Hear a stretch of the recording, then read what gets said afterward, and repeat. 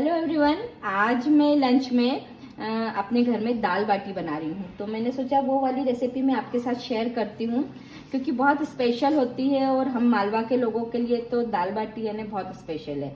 तो उसके लिए मैंने हम लोग 4 लोगों के लिए 3 कटोरी ये वाला गेहूं का आटा लिया है। उसमें इस टेबल स्पून से मेजर करके मैंने 3 टेबल स्पून मक्का का आटा डाला है।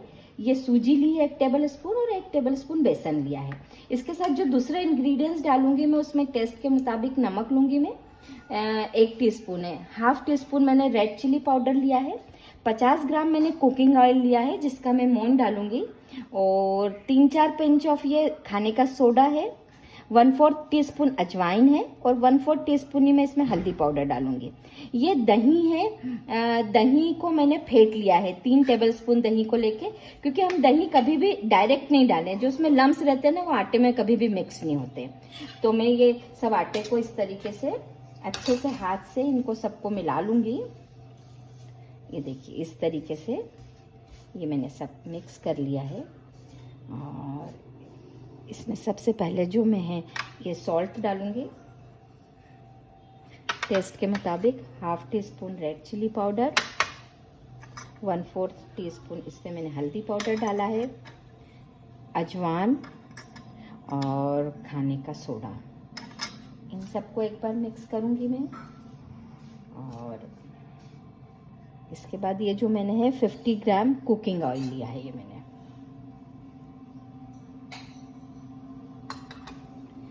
कुकिंग ऑयल को आटे में अच्छे से मिलाऊंगी मैं।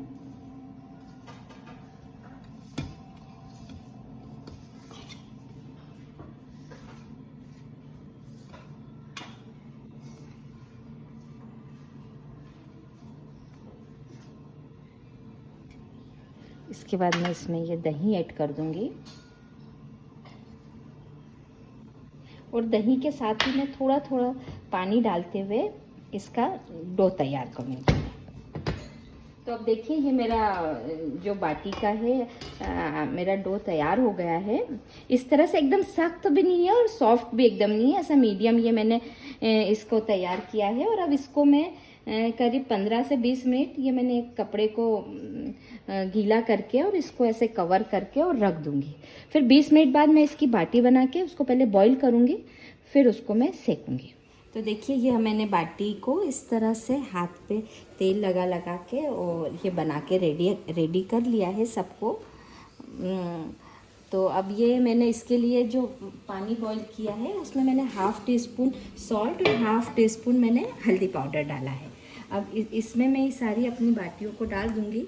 ये जब पूरी ऊपर आ जाएंगी तो इनको निकाल कर 5 मिनट के लिए मैं कपड़े पे फैलाऊंगी और फिर इनको सेक लेंगे। आप चाहे तो माइक्रोवेव में सेक लीजिए, आप चाहे तो ओवन में सेक लीजिए, और एक और तरीका है वो मैं बताऊंगी, आप वैसे भी सेक सकते हैं। ये हम इसको फिर से ये देखिए अब बॉईल हो जाएगी तो देखिए।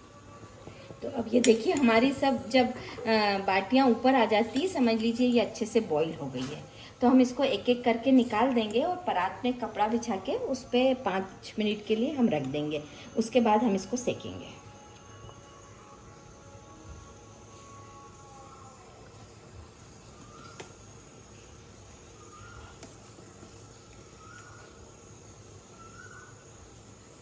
हमारी बाटियां बॉईल हो चुकी हैं। अब इसको आप या तो माइक्रोवेव में सेक लीजिए या ओवन में सेक लीजिए, लेकिन तीसरा भी एक तरीका है। उसके लिए मैंने ये लोहे का मेरा तवा है, उसके ऊपर चन्नी रखकर और उस पर सारी बाटियों को रख कर हमारी और ढककर और आप बढ़िया तेज़ आंच पे फटाफट सेक सकते हैं। अगर किसी के पास कभी ऐसी हुआ कि दोनों चीज़ें अवेलेबल नहीं हुई तो आप इस तरीके से इसको सेक लीजिए, ये रखकर और इसको ढक लीजिए और उलटते पलटते हुए 10 मिनट में आपकी बाटियां रेडी हो जाएंगी। तो ये आप देखिएगा मेरी बाटियां भी सिक के तैयार हैं। इनको आप इस तरीके से करके और ये घी मैंने गरम कर लिया है, तो आप धीरे धीरे इसमें डाल के अच्छे से इसको फ्राई कर लीजिए। ये देखिए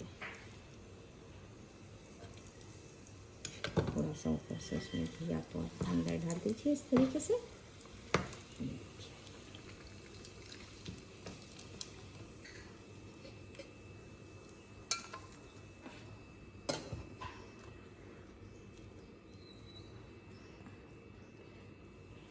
लेकिन केयरफुली करिएगा क्योंकि गर्म बहुत ज़्यादा है घी।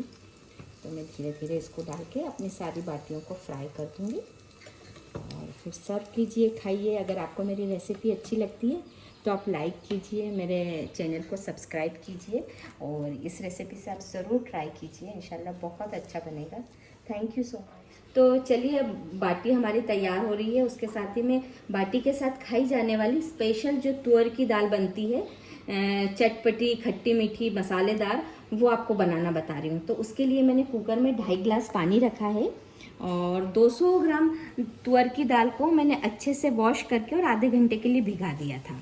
अब इसमें जो मैं इंग्रेडिएंट्स डालूंगी, हाफ टी स्पून हल्दी पाउडर है, हाफ टी स्पून लहसुन अदरक का पेस्ट है, हाफ टी स्पून धनिया पाउडर है, 1 टीस्पून रेड चिली पाउडर है, सॉल्ट आप टेस्ट के मुताबिक डाल दीजिए।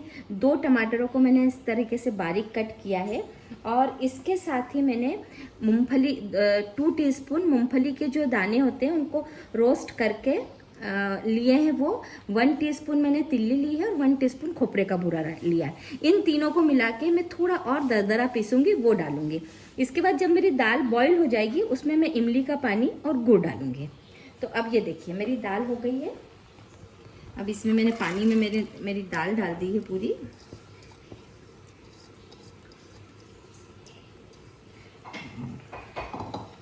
इसमें जो भी मैंने सारे मसाले लिए थे, टमाटर डाल दिया इसमें, 1 टीस्पून मिर्ची पाउडर, सॉल्ट आप टेस्ट के मुताबिक ले लीजिए। हाफ टी स्पून मैंने इसमें धनिया पाउडर डाला है, हाफ टी स्पून हल्दी पाउडर डाला है और ये हाफ टी स्पून लहसुन अदरक का पेस्ट लिया है।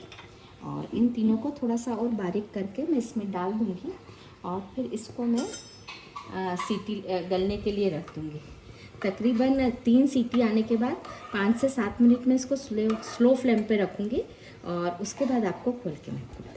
तो ये देखिएगा हमारी दाल बिल्कुल बॉईल हो गई है। मैंने 200 ग्राम दाल में 2.5 गिलास पानी रखा था तो वो बराबर रहा। अगर आपको कभी ऐसा लगता है कि थोड़ा पानी कम है तो आप बॉईल वाटर उसमें ऐड कर सकते हैं। अब यहाँ पर इस पॉइंट पे इसमें ये जो मैंने इमली भिगाई थी उसका पल्प है, ये डालूँगी मैं और ये गुड़ का पाउडर है तो ये भी डाल के अच्छे से मिला दूंगी मैं। थोड़ा सा हरा धनिया डाल दूंगी, थोड़ा सा हरा धनिया मैं गार्निशिंग के लिए और रख दूंगी बाद में। ये देखिए, तो ये हमारी दाल बॉईल हो गई है पूरी। अब मैं आपको इसमें बघार के लिए बताती हूँ। मैंने इसमें बघार के लिए जो लिया है, कड़ी पत्ता लिया है, 1 टीस्पून ज़ीरा लिया है, 1 टीस्पून राई ली है, अ पिंच ऑफ हींग ली है और लहसुन को इस तरह से कुचल लिया है मैंने। 5 से 7 लहसुन की कलियों को ऐसा कुचल लिया है और लाल मिर्च है। तो ये मेरी दाल कंप्लीट हो गई है। मैंने बघार के लिए ऑयल इसमें रखा है। अब इसमें मैं थोड़ा सा घी भी डालूँगी। जो मेरा बाटी के लिए गरम हो रहा है तो इसमें मैंने 1 टेबल स्पून घी ऐड करा है और बघार देने के लिए इसमें सबसे पहले मैंने राई डाली है। मेरी राई का ज़ीरा डालेंगे,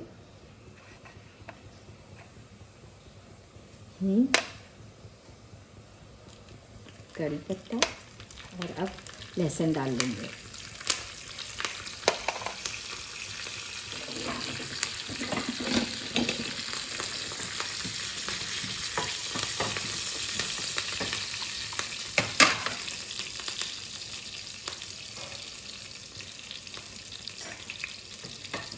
लहसुन अच्छे से लाल हो जाएगा तो हम इसको हमारी दाल पे डाल देंगे और हमारी दाल रेडी हो जाएगी।